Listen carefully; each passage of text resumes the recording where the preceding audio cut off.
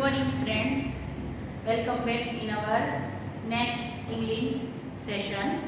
હવે આપણા આજના નેક્સ્ટ સેશનની અંદર આપણે યુનિટ 4 છે એને અધૂરો મૂકેલો હતો ત્યાંથી આપણે પૂરો કરીશું.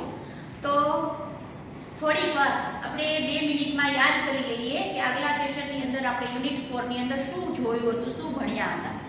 તો આપને ખબર છે કે માતા જે ભગવાનનું અદ્ભુત સર્જન છે એના વિશેની પાઠની અંદર વાત કરવામાં આવેલી હતી. જેમાં ભગવાન છે એ એક માતાનો આદર્શ નમૂનો બનાવી રહ્યા હતા અને એટલી જ વારમાં એક એન્જલ આવે છે અને એન્જલ છે એ ભગવાનને આટલું એકાગ્રતાથી અને વધારે પડતું કામ કરી અને જોઈ અને પોતાની જિજ્ઞાસા ભાવથી પૂછે છે કે ભગવાન તમે આ શું કરી રહ્યા છો. ત્યારે ભગવાન એને કહે છે કે આવું જે ખાસ પ્રકારનું જીવ બનાવી રહ્યો છું, પ્રાણી બનાવી રહ્યો છું, એના અંદર આ પ્રકારના ગુણો છે. જેમાં માતાના 6 પ્રકારના ગુણોની વાત કરવામાં આવેલી હતી અને આગળ 3 જોડી જે આંખોની આપેલી ભગવાને છે માતાને એ શેના માટે આપવાની છે એ 3 જોડી આંખોની પણ વાત આપણે ગયા સેશનની અંદર જોયેલી હતી. ત્યાંથી આપણે મૂકેલું હતું અધૂરું, ત્યાંથી આપણે આ સેશનની અંદર શરૂઆત કરીશું. તો ટેક્સ્ટ બુકમાં જોવો બધા. Lord requested the Angel. Angel છે એ રિક્વેસ્ટેડ એટલે વિનંતી કરે છે ભગવાનને કે ભગવાન please go to bed, do not take so much trouble in a single day. ભગવાન મહેરબાની કરીને ગો ટુ બેડ એટલે સૂઈ જાઓ તમે. Do not take so much trouble. Trouble એટલે મુશ્કેલી. આટલી બધી મુશ્કેલી અથવા તો આટલું બધું કામ છે એ in a single day. Single day એટલે એક જ દિવસમાં આટલી બધી તમે મહેનત ન કરો, તમે આરામ કરી લ્યો, તમે સૂઈ જાઓ. આવું જે દેવદૂત છે, એન્જલ છે, એ ભગવાનને કહે છે, વિનંતી કરે છે. કારણ કે ભગવાન છે એ ઓવરટાઈમ કરી રહ્યા હતા, ખૂબ એકાગ્રતાથી મૂંઝવાયેલા હતા અને એ કામ કરી રહ્યા હતા વધારે પડતું. તો એને જોઈ અને એન્જલ ભગવાનને વિનંતી કરે છે કે તમે સૂઈ જાઓ, આરામ કરી લ્યો, આટલી બધી ટ્રબલ એક દિવસમાં તમે લેશો નહીં. આઈ કેન નોટ, હી રિફ્યુઝડ. અહીંયા ભગવાન માટે વાપરેલું છે હી રિફ્યુઝડ એટલે તેમને ઇનકાર. રિફ્યુઝડ એટલે ઇનકાર કરી દો.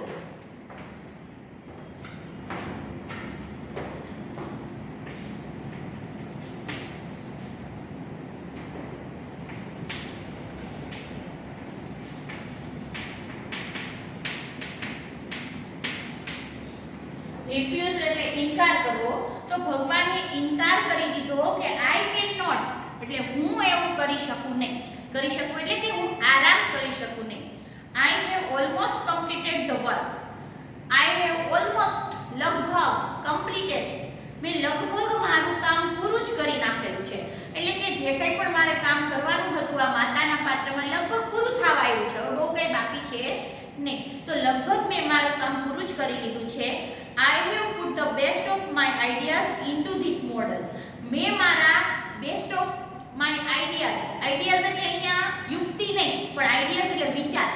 ભગવાન એમ કહે છે કે મેં મારા શ્રેષ્ઠ વિચારોને આ પાત્રની અંદર આપેલા છે, એમાં ઉતારેલા છે. એટલે કે ભગવાન એમ કહે છે મેં મારા ગુણને એમાં નાખેલા છે.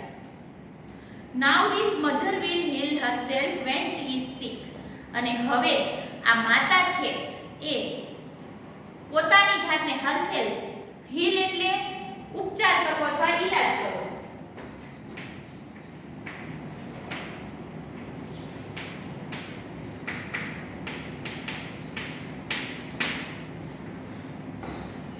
પોતાની જાતને એ જાતે સાજી કરી શકે છે, ઈલાજ કરી શકે છે. સી ઇઝ સિક જ્યારે એ બીમાર હોય. તો અહીંયા એ પોતે, મેં અગાઉ કીધું એમ, એ પોતે ડોક્ટર છે, ડોક્ટર પાસે નથી જવાની જરૂર પડતી, એ જાતે સાજી થઈ જાય છે, દવા ખાવાની જરૂર નથી પડતી, એવી વાત નથી થતી. અહીંયા એના ભગવાનના કહેવાનો અર્થ શું છે આ વાક્યનો કે જ્યારે પણ જો તમે ક્યારેક અનુભવ કર્યો હશે કે તમને એક્ઝામ્પલથી કહું ને એટલે તમને સરળતાથી સમજાઈ જશે કે જ્યારે કોઈ વખત એવું થાય કે માતા કોઈ રીતે બીમાર છે ને તાવ આવ્યો છે કે એને કોઈ પણ જાતની બીમાર છે અને એ સૂતી છે, આરામ કરે છે, પણ જો એનું બાળક આવીને એમ કહેશે કે મમ્મી મને ભૂખ લાગી છે અથવા તો ચાલ મને જમવાનું દે અથવા નાસ્તો દે, તો મમ્મી ભલે બીમાર હોય છતાં પણ એ પોતાની બીમારીને ભૂલી ઊભી થઈ અને પોતાના બાળકને જમવાનું આપશે અથવા તો એનું કોઈ પણ કામ હશે ને કરી દેશે, તો એનામાં ઓટોમેટિકલી પોતાની જાતમાં ભલે બીમાર હોય તોય પણ એને ઊભું થવાની હિંમત આવી જતી હોય. એને કદાચ પોતાના માટે ઊભું થઈને એક ગ્લાસ પાણી ભરવું હોય ને પીવા માટે, તો એને કદાચ આળસ થઈ જશે કે ભાઈ હું નથી, મારે બીમાર છું કે મને મજા નથી તો મારે ઊભું થવાની આળસ થાય છે કે મને હિંમત નથી થતી. પણ એનું બાળક આવીને એમ કહેશે કે મમ્મી મને પાણી પીવું છે, તો એ પટ દઈને ઊભી થઈને પાણી ભરી દેશે. શું કામ? કારણ કે એના બાળક માટે એની અંદર ઓટોમેટિકલી એનું કામ કરવા માટેની હિંમત આવી જાય છે, પોતાની દુઃખ દર્દને ભૂલી જાય છે બાળકના માટે. તો આવી રીતે એ ઈલાજ કરવાની વાત છે કે કોઈ પણ માતા છે એ પોતાના બાળક માટે અથવા તો પરિવાર માટે પોતાની ના જે પણ બીમારી છે એમાંથી પણ એ ઊભી થઈ જાય છે, જાતે પોતાની જાતે એ સાજી થઈ જાય છે અને પોતાના પરિવારનું અથવા પોતાના બાળકનું કામ કરી શકે છે. She would be able to feed a family of 6 members only on half a kilo of cabbage. She would be able એટલે એ સક્ષમ છે, ફીડ એટલે ખવડાવવા, એક ફેમિલી 6 મેમ્બર્સનું. જો અહીંયા એવું એક્ઝામ્પલ આપેલું છે ખાલી કે 6 માણસોનું અથવા 6 સભ્યોનું એક પરિવાર હોય અને માત્ર ઘરની અંદર અડધો કિલો કોબીજ હોય અને એમાંથી પણ એ આખા ઘરને ખવડાવી શકે છે. એટલે એવું નથી કે ભાઈ કોઈ જાદુગર છે કે એને કરવાથી બધાને ખૂબ પેટ ભરાઈ જશે, એમ કહેવાનો અર્થ નથી થતો. કહેવાનો અર્થ એવો છે કે જો બધાના ઘરની પરિસ્થિતિ સરખી ન હોય, કોઈના ઘરની પરિસ્થિતિ છે એ નબળી હોય, પૂરતું જમવાનું ન મળી શકતું હોય, અથવા તો કોઈના ઘરની પરિસ્થિતિ સારી હોય તો પૂરતું જમવાનું હોય, તો બધાના ઘરની પરિસ્થિતિ સરખી ન હોય, ઘરની અંદર ઓછી વસ્તુ હોય, તો પણ એમાંથી પણ પોતાના પરિવારને સારી રીતે બધાની જરૂરિયાતોને પૂરું કરતા એને આવડતું હોય છે. અહીંયા અડધો કિલો કોબીજ તો એક ઉદાહરણ છે, પણ કહેવાનો અર્થ એ છે કે ઓછી વસ્તુ હોય તો પણ આપણે કહીએ ને કે માતાના હાથનો પ્રેમ ભરેલો એક કોળિયો ખાય ને તોય આપણે ધરાઈ જાય અને આપણે સંતોષ મળે. તો એ જ્યારે રસોઈ બનાવતી હોય છે, ભોજન બનાવતી હોય છે, ત્યારે સાથે પોતાનો પ્રેમ એમાં રેડેલો હોય છે અને એ પ્રેમ ભરેલો કોળિયો ખાઈએ તો બધાને સંતોષ મળતો હોય છે. એવો સંતોષ વિશે ક્યાંય મળતો નથી. જો આમાંથી ઘણા બધા એવા હશે કે મને મમ્મીના હાથની જ આ વસ્તુ ભાવે, બીજાનું ન ભાવે. શું કામ? કારણ કે મમ્મી જે બનાવે છે એ તો સ્વાદ તો તમને ગમે છે, પણ સાથે એમાં મમ્મીનો અથવા માતાનો પ્રેમ છુપાયેલો છે, એની સાથે એની લાગણી છે, એટલે તમને એ વધારે ગમે છે અથવા વધારે ભાવે છે. તો અહીંયા કહેવાનો અર્થ એવો છે કે જેટલી પણ ઘરમાં વસ્તુ હોય, ઓછી હોય વધારે હોય, એમાંથી પોતાના પરિવારના સભ્યોને, પછી 6 જણાનો સભ્ય હોય તો ભલે કે 2 જણાનું હોય કે 10 જણાનું હોય, કેવડું પણ પરિવાર હોય, એ બધાને કેવી રીતે સાચવી લેવા એ આવડત માત્ર માતાની અંદર હોય છે. એક દિવસે મમ્મી ક્યાંક ગઈ હોય અને ઘરની અંદર આપણે કે બીજા સભ્યોને મેનેજ કરવાનું થાય ઘરની અંદર, તો કેટલી મુશ્કેલીઓ પડી જતી હોય. કદાચ તમે પણ અનુભવ ક્યારેક કરેલો હશે કે ભાઈ એક દિવસ મમ્મી ન હોય ને તો બધું રેડ બફેડ થઈ જાય, આમ તેમ ફેલાઈ જાય, ક્યાંય નેઠો ન હોય કોઈ પણ વસ્તુનો કે કોઈ પણ જરૂરિયાતોનો. બરાબર? તો આવું બનતું હોય છે. શું કામ આવું? એ બધાનું આટલી સારી રીતે ધ્યાન રાખી શકે છે, આપણે કેમ નથી રાખી શકતા? તો એની પાછળ એને ભગવાન એની પાસે એવા શ્રેષ્ઠ ગુણો છે, ભગવાને આપેલા છે કે એ પોતાના પરિવારને સંતોષ આપવાનો અને પોતાના પરિવારની જરૂરિયાતોને પૂરું કરવાનો એનામાં ગુણ છે. એ બધાની અંદર કેળવાઈ શકતો નથી. તો આ રીતે કહેવાનો અર્થ એવો છે કે ઓછું વસ્તુ હોય તો એમાંથી પણ એ પરિવાર મોટું હોય તો પણ એમને એ ગુજરાન ચલાવી શકે છે. And she would manage a child's bath, play, study, food and sleep without getting irritated. અને એ પોતાના બાળક નાનું હોય તો એને બાથ એટલે કે નવડાવવું, પ્લે એટલે રમાડવું, સ્ટડી એટલે એનો અભ્યાસ કરાવવો, ફૂડ એટલે એને ખવડાવવું, સ્લીપ એટલે સુવડાવવું, વિધાઉટ ગેટિંગ ઇરિટેટેડ, વિધાઉટ એટલે વગર અને ગેટિંગ ઇરિટેટેડ એટલે ચીડાયા વગર, ગુસ્સો કર્યા વગર.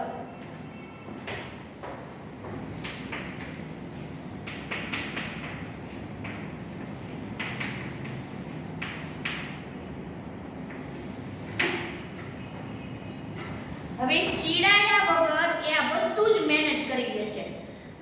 જો એક બાળક છે એની બધી જ જવાબદારી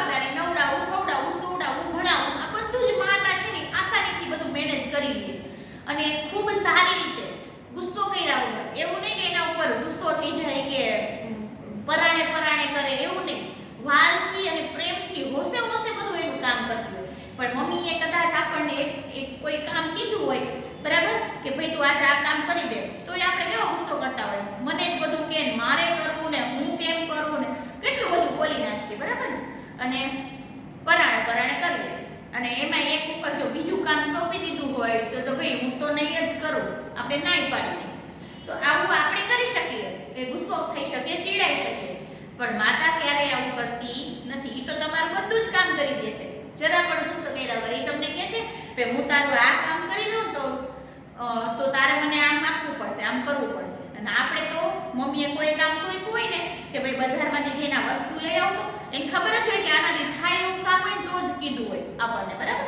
તો એ આપણે શું કરતા હોય, હું લઈ આવી દઉં પણ જો મને તારે આમ કરી દેવું પડશે તો જાઓ, નહીંતર ન જાઓ. આપણે તો કેટલી શરતો મૂકી દઈએ એની સામે કે તું મને આમ કરીશ કે પેલું કરીશ કે તો હું તને કામ કરી દઉં. તો માતા કોઈ પણ શરત વગર, કોઈ પણ આપણે કહીએ ને કે કોઈ પણ એની લાલચ વગર, એટલે કાંઈ સ્વાર્થ નથી. પરિવારનું બાળકનું ધ્યાન રાખીને એને કંઈ મળવાનું છે?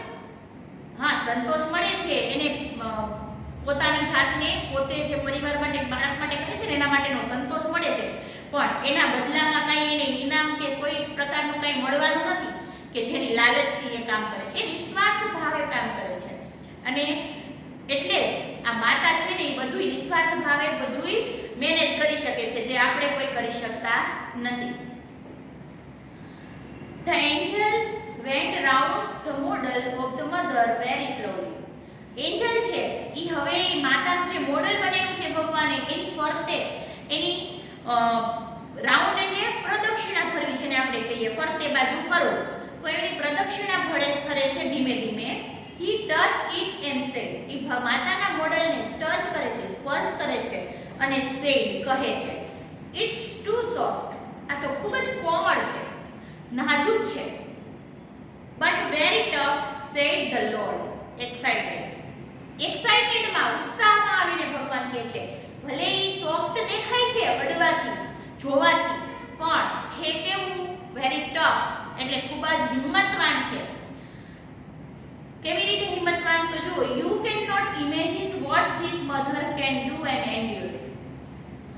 તું ઇમેજિન એટલે કલ્પના, તું કલ્પના પણ નથી કરી શકતું કે આ માતા જે છે, આ માતાનું પાત્ર છે એ શું કરી શકે છે અને શું એન્ડ્યોર એટલે સહન કરવું.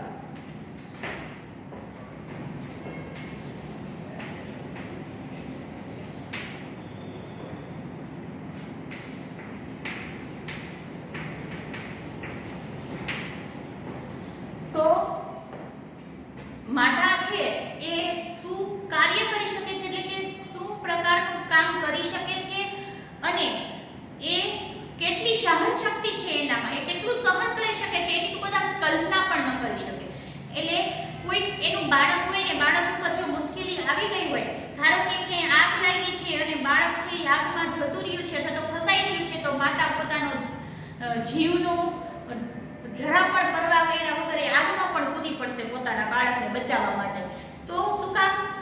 માતા તો કેવી દેખાતી હોય, વાતે વાતે રડવા માંડે, સાવ નાજુક દેખાતી હોય, વજનવાળી વસ્તુ માંડ ઉપાડી શકતી હોય, પપ્પા જેટલી કઈ આપણે કહીએ ને તાકાતવર ન હોય, છતાંય એ એક પણ વિચાર કર્યા વગર એ આગમાં કૂદી પડશે. શું કામ?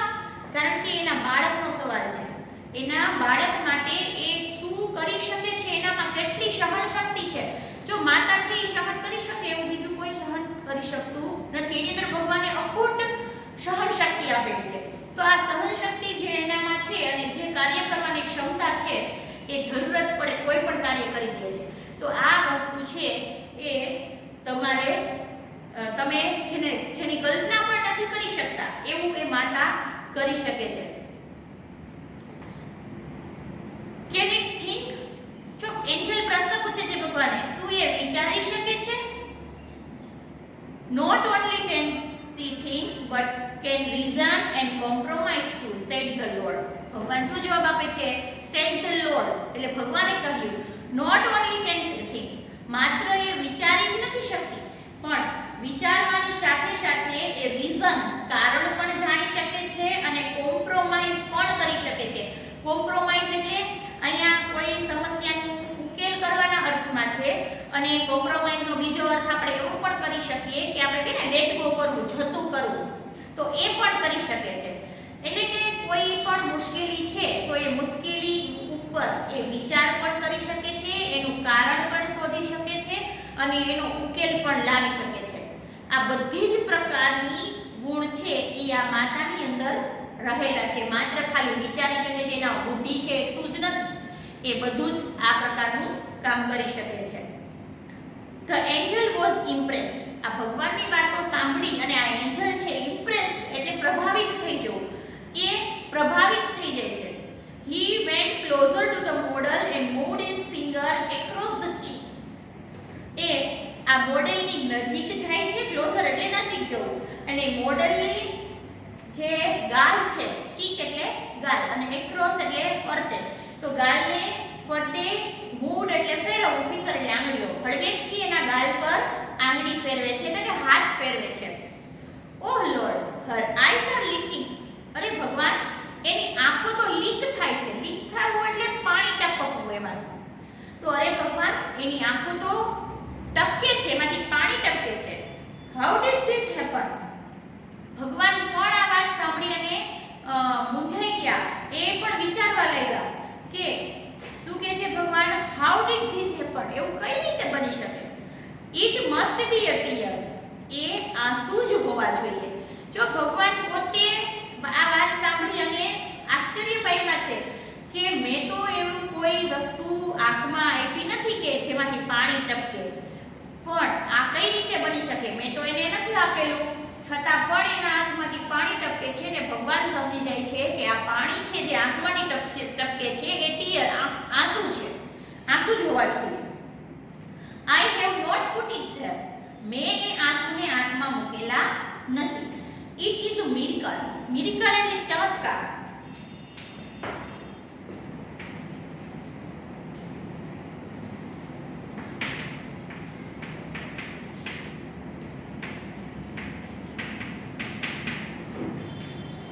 એ ચમત્કાર છે. The Lord exclaimed. Exclaimed એટલે સમજાવવું વિગતવાર. એ દેવદૂતને સમજાવે છે ભગવાન કે આ આંસુ છે એને મેં તો એ પાત્રમાં મૂક્યા નથી, છતાં પણ એના આંખમાંથી આ પાણી છે એ આંસુ ટપકે છે. તો આ એક કોઈ ચમત્કાર જ છે કે મારા મૂક્યા વગર એ ઓટોમેટિકલી એના આંખમાં આવી ગયા છે. આવું ભગવાન દેવદૂતને સમજાવે છે. But what is a tear for my lord? દેવદૂત શું પૂછે છે? પરંતુ what is the tear for? આ આંસુ છે એ શેના માટે છે ભગવાન? તો આંસુ નીકળે છે ને આંખમાંથી, તો એ શેના માટે છે? કેમ નીકળે છે? It is something unique. ભગવાન કહે છે એ કંઈક સમથિંગ યુનિક એટલે અજોડ છે, એ કંઈક અજોડ છે.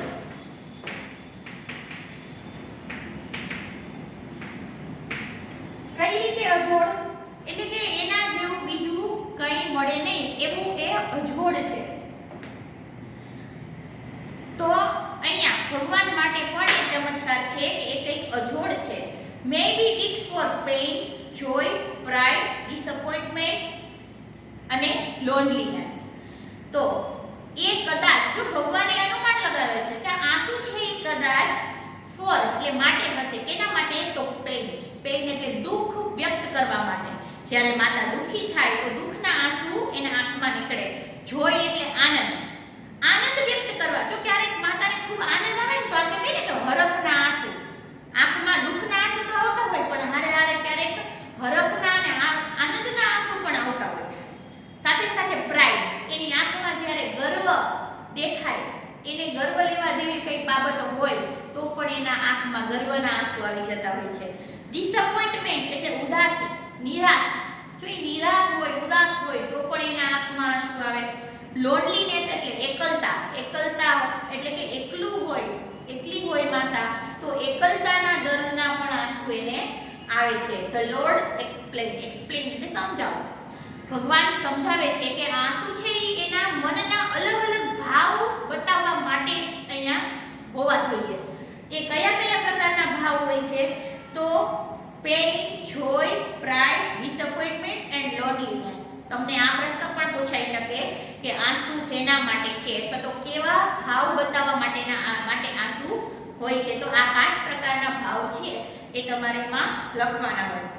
What a wonderful creation. ભગવાન પોતે કહે છે કે વોટ અ વન્ડરફુલ ક્રિએશન, એટલે ભગવાનની વાત સાંભળી પોતે પણ આશ્ચર્ય પામ્યા છે. એ જોઈ અને આ અદ્ભુત પાત્રને જોઈ અને એન્જલના મોઢામાંથી શબ્દ નીકળી જાય છે કે વોટ અ વન્ડરફુલ ક્રિએશન, કેવું અદ્ભુત સર્જન છે આ ભગવાન. આ માતાજી તમે બનાવી છે એ ખરેખર આ દુનિયામાં બધા જ જીવોથી કંઈક અલગ સ્પેશિયલ એ અદ્ભુત સર્જન છે તમારું, આવું એન્જલ કહે છે. તો અહીંયા આપણો આ પાઠ પૂરો થયો. હવે અહીંયા તમારે આજના હોમવર્કની અંદર તો ગ્લોસરી લખવાની છે.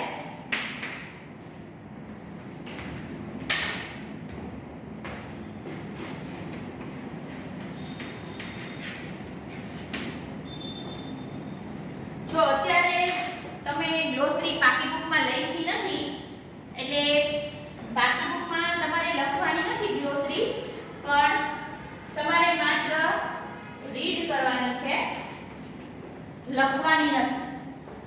રીડ એટલા માટે કરવાની છે કે તમે જોયું આપણે એક્ઝામની અંદર ગ્લોસરી છે એ પૂછવામાં આવતી હોય છે.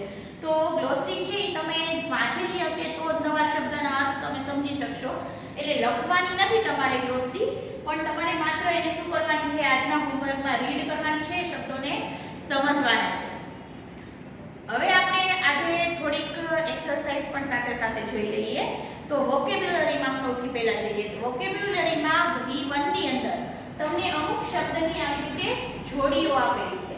હવે અમુક શબ્દની જોડી છે એ કઈ છે, તેના માટે છે એ તમને ખાલી સમજવાનું છે તમારે, અને એના પછી B2 ની એક્સરસાઇઝ એના આધારે આવે છે. તો અહીંયા સમજવા માટે પાઠમાં એક શબ્દ આવ્યો તો ત્યારે મેં તમને સમજાવ્યું હતું ક્રિએટ અને ક્રિએશન, બરાબર? સર્જન કરવું અને સર્જન. આ એવી જ રીતે એવા શબ્દો છે કે જેની આ પોતે ક્રિયાપદ છે પણ એની પાછળ પ્રત્યય લગાડવાથી એ નાઉન બની જાય છે, નામ બની જાય છે. એ પ્રકારના આ વર્ડ ફોર્મેશન છે, શબ્દોના અલગ અલગ રૂપ છે. કમ્પ્લેન, કમ્પ્લેન એટલે ફરિયાદ કરવી અને કમ્પ્લેન્ટ એટલે ફરિયાદ. ઇમેજિન એટલે કલ્પના કરવી, ઇમેજિનેશન એટલે કલ્પના. ઇન્સ્પેક્ટ એટલે તપાસ કરવી અને ઇન્સ્પેક્શન એટલે તપાસણી. એન્ડ્યુર એટલે સહન કરવું અને એન્ડ્યુરન્સ એટલે સહન શક્તિ. ફીડ એટલે ખવડાવવું અને ફૂડ એટલે ખોરાક. ડિક્લેર એટલે જાહેર કરવું અને ડિક્લેરેશન એટલે જાહેરાત.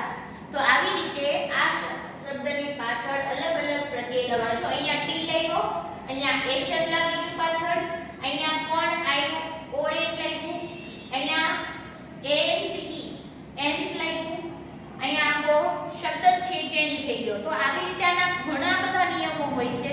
અલગ અલગ પ્રત્યય લગાડવાથી અલગ અલગ શબ્દો બનતા હોય, પણ તમે અત્યાર સુધી જે અભ્યાસ કરતા આવતા હોય એના આધારે જ તમને શબ્દ વાંચીને જ ખબર પડી જાય કે આનો અર્થ છે એ શું થતા, નાઉન છે કે ક્રિયાપદ છે. અને આમે તમને ખબર પડે ને કે વાક્યમાં આપ્યું હોય તો વાક્યમાં કર્તા પછી બીજા સ્થાને હંમેશા ક્રિયાપદ હોય, અને કર્તાની જગ્યાએ કદાચ આ નાઉન શબ્દ છે ઈ નાઉન છે ઈ કર્તાની જગ્યાએ આવી શકે અને વાક્યમાં બીજા સ્થાને પણ હોઈ શકે. એટલે આ છે ક્રિયાપદ છે હંમેશા કર્તા પછી બીજા સ્થાને જ હોય છે. એટલે સ્થાન જોઈને પણ તમને ખબર પડી જાય કે આ શબ્દ છે એ કયો છે, ક્રિયાપદ છે કે પછી નાઉન છે. તો આ રીતે આ શબ્દોને સમજવાના હતા. હવે B2 ની અંદર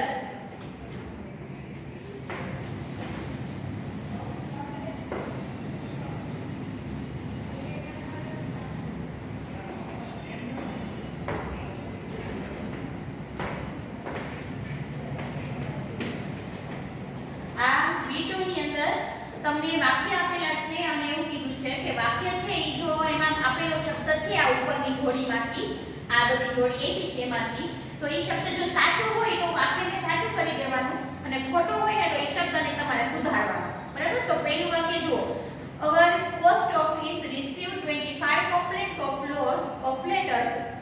એવું રીતે આપણી પોસ્ટ ઓફિસ છે એ રિસીવ્ડ એટલે આવકારે છે રોજની 25 કમ્પ્લેન્ટ્સ એટલે ફરિયાદો, 25 ફરિયાદો આવે છે ખોવાયેલા લેટરની રોજની.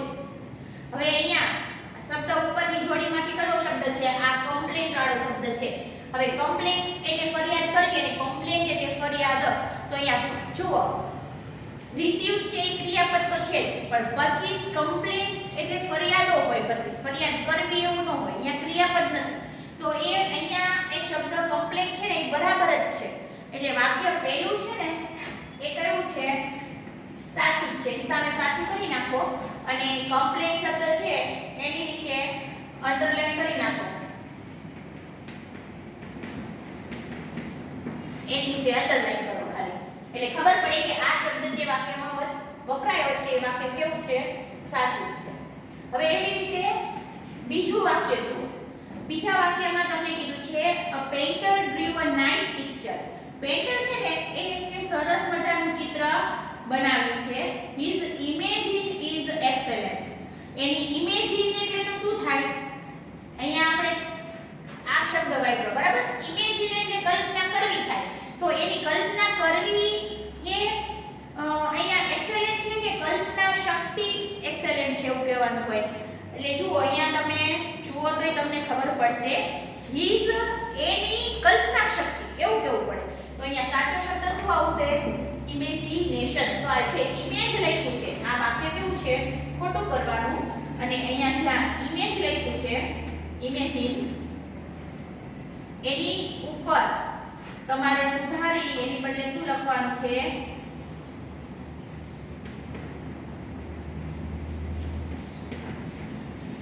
આવી રીતે આ શબ્દ નીચે અંડરલાઈન કરવાની અને એની ઉપર આ શબ્દ સુધારીને લખી નાખવાનો અને વાક્ય સામે શું કરી નાખવાનું? ખોટું કરી નાખવાનું. એટલે હવે સુધાર્યા પછી આ વાક્ય સાચું થાય. હવે ત્રીજું વાક્ય જુઓ આવી રીતે. Our principal never neglects students complaints. અમારા પ્રિન્સિપલ છે ઈ ક્યારેય નેગ્લેક્ટ કરતા નથી, એટલે કે એને ધિક્કારતા નથી સ્ટુડન્ટની કમ્પ્લેન્ટ્સ ને. વિદ્યાર્થીઓની જે ફરિયાદ હોય છે એને ધિક્કારતા નથી. અહીંયા નેગ્લેક્ટ છે એ ક્રિયાપદ છે, એટલે અહીંયા કમ્પ્લેન્ટ છે એ ક્રિયાપદ છે ને, તો એ નાઉન જ છે. તો અહીંયા એ શબ્દ છે ને એ કમ્પ્લેન એ બરાબર જ છે. તો વાક્ય કેવું છે?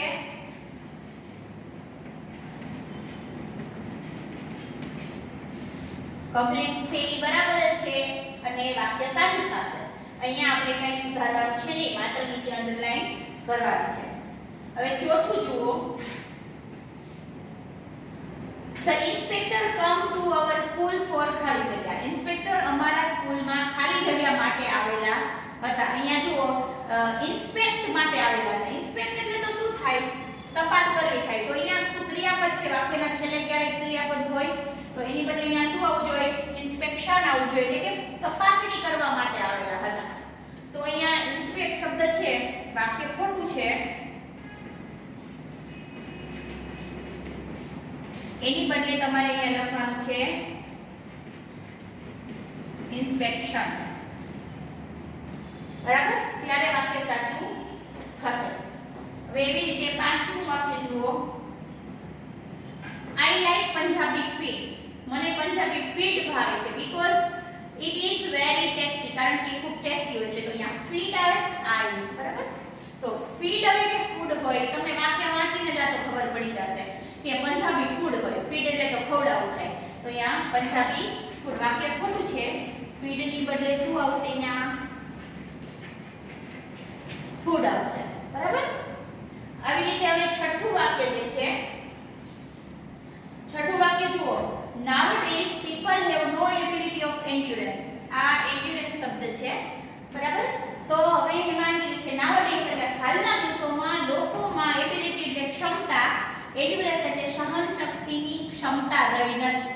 તો અહીંયા છેલ્લો શબ્દ છે એટલે ક્યારે ક્રિયાપદ આવે નહીં. endurance છે એ બરાબર જ છે શબ્દ. વાક્ય સાચું છે.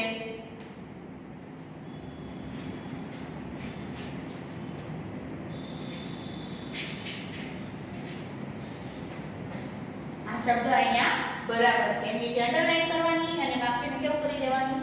સાચું કરી દેવાનું. તો આ શબ્દો ઉપરથી આપણને વાક્યમાં એ શબ્દોના કેવી રીતે પ્રયોગ થતા હોય એ શીખવા માટે આ એક્સરસાઇઝ આપેલી હતી. તમારે પેરેગ્રાફ જે એડિટિંગનો પૂછાય છે એમાં ક્યારેક આવા શબ્દોની પણ ખાલી જગ્યા હોય છે, એટલે તમારે ધ્યાન રાખવાનું કે આવી રીતે ક્યારેક હોય તો તમને ખબર પડી છે કે ક્રિયાપદ મૂકવું કે પછી એનું નાઉન મૂકવું. આવી જ રીતે આવા જ અલગ રૂપથી આપણે એક્સરસાઇઝ આપેલી છે.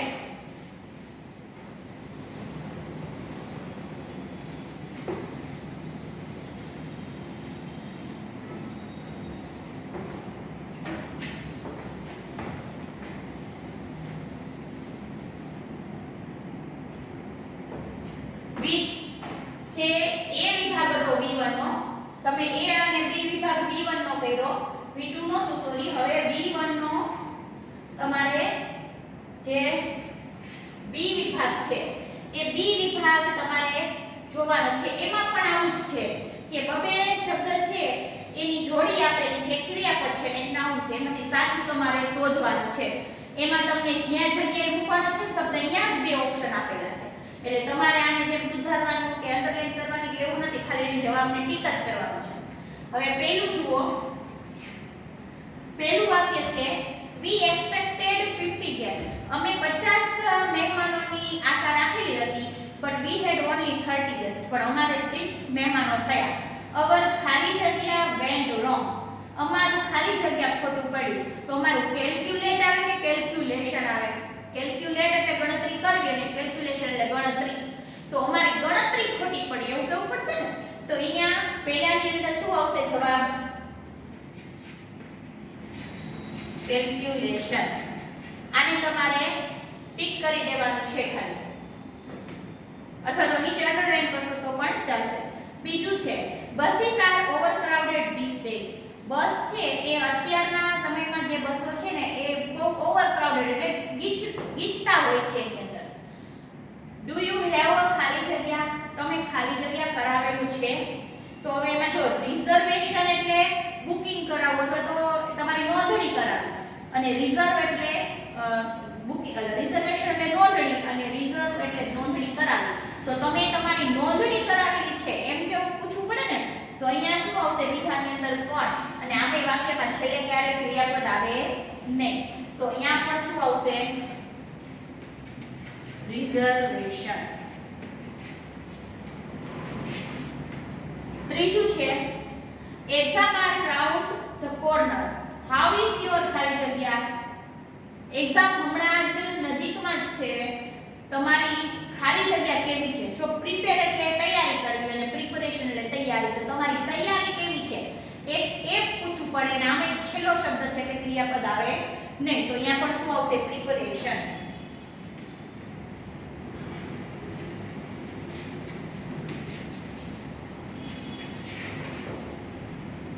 ચોથું છે an angel was present at the time of ખાલી જગ્યા of the mother. એન્જલ છે એ એવા સમયે અહીંયા હાજર થયા હતા જ્યારે ખાલી જગ્યા માતાનું બનતું હતું. તો ક્રિએટ કે ક્રિએશન. તો અહીંયા ટાઈમ ઓફ ધ ક્રિએશન, સર્જનનો સમય એવું કેવું પડે. સર્જન કરવાનો સમય. અહીંયા ક્રિયાપદ નહીં આવે કારણ કે વોઝ પ્રેઝન્ટ, અહીંયા વોઝ છે એ આગળ આવી રહ્યું છે અને વાક્યમાં અહીંયા ક્યાંય ક્રિયાપદ આવે નહીં. તો ક્રિએશન આવશે. એમાં શું આવશે?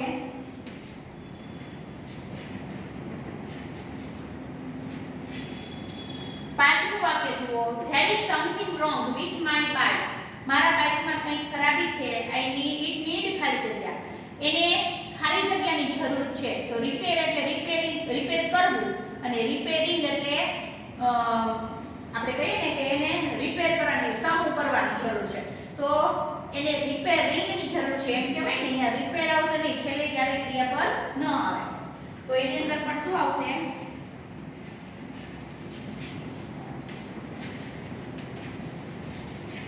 રિપેરિંગ. છઠ્ઠું જુઓ, પાંચમામાં રિપેરિંગ. છઠ્ઠું, ધ ખાલી જગ્યા of my friend's proposal disappointed me. મારા મિત્રનું ખાલી જગ્યા પ્રપોઝલે મને નિરાશ કર્યો. તો રિફ્યુઝ એટલે ઇનકાર કરવો કે રિફ્યુઝલ. પહેલા જ સ્થાને છે. જો પહેલા સ્થાને ક્યારે ક્રિયાપદ ન હોય, પહેલા સ્થાને નાઉન હોય, બીજું સ્થાન હોય ને તો જ ક્રિયાપદ હોય. તો અહીંયા રિફ્યુઝ ની બદલે રિફ્યુઝલ. તો અહીંયા શું આવશે?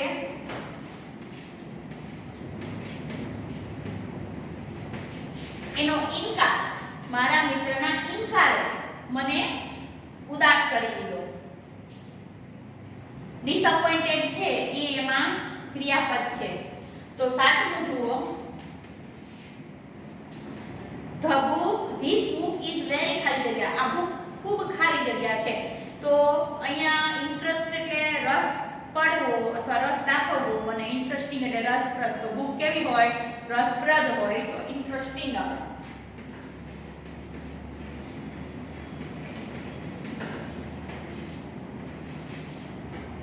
આઠમું, આઈ લાઈક ગુજરાતી ખાલી જગ્યા. તો ફીડ કે ફૂડ? ગુજરાતી ફૂડ. આ તો બધાને ખબર જ પડી જાય.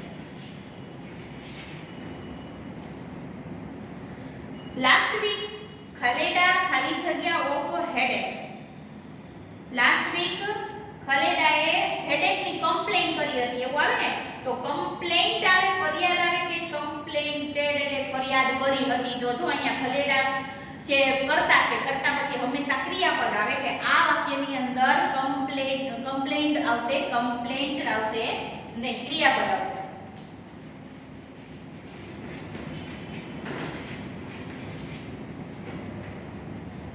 જુઓ આવી રીતે આપણે આન્સર તમે લખ્યા, પણ આના ઘણા બધા નિયમ છે. તમે કદાચ પાકા કરવા બેસો ને તોય યાદ ન રહે, બરાબર?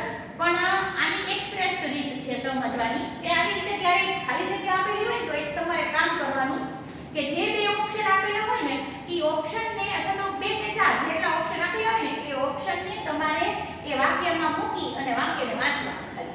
તમને વાક્યમાં મૂકી શબ્દ વાંચો ને ત્યાં તમને ખબર પડી જશે કે આ વાક્ય જ્યારે વાંચીએ ને ત્યારે આ શબ્દ જ આમાં સારો લાગે છે, એમાં બંધ બેસે છે, ઓલો શબ્દ અહીંયા શૂટ કરતો નથી. એવી રીતે જ તમને ખબર પડી જશે, કારણ કે તમે આટલા સમયથી વાંચતા આવતા હોય ને તો તમને તરત આઈડિયા આવી જાય કે ભાઈ અહીંયા તો આ શબ્દ જ આવે, આવો આવે નહીં. તો આ રીતે પણ તમે અત્યાર સુધી ભણ્યા હોય એટલે ખબર પડી જાય કે ભાઈ આ જગ્યાએ આ જ શબ્દ આવે. તો આ એની એક સરળ રીત છે કે જે ઓપ્શન હોય એ વારાફરતી અહીંયા મૂકીને વાક્યને વાંચવાનું. જે વાક્ય સારી રીતે વાંચવામાં લાગે એ તમારે સમજી જવાનું કે આ જ આવે. આ એક ખાલી ટ્રીક છે, પણ આમ એ બધું નિયમથી ચાલતું હોય છે. પહેલા તમારે વર્ડ ફોર્મેશન પહેલા પૂછાતું હતું અલગથી, પણ હવે વર્ડ ફોર્મેશન પૂછાતું નથી એટલે એટલા બધા નિયમો ને એવું આપણે કંઈ ભણતા નથી. એના એકાદી ખાલી જગ્યા આવે તો આવે, ન પણ આવે એવું કંઈ હોતું નથી એનું પાકું કે ભાઈ આવે છે. એટલે જો આવે તો તમારે આવી રીતે એક સિમ્પલ ટ્રીક છે એવી રીતે તમારે એને સોલ્વ કરવાનું, બરાબર? આજે હવે આપણે આ V1 છે એ પૂરું કર્યું. આગળથી આપણે V2 થી બાકીની એક્સરસાઇઝ છે એ આવતા સેશનમાં કરીશું. ત્યાં સુધી આજે આ હોમવર્કમાં તમારે ગ્લોસરી વાંચી લેવાની છે અને આ ચલાવેલી એક્સરસાઇઝ અને ચલાવેલો પાઠ છે એને એક વખત રિવિઝન કરી લેવાનું છે. Thank you.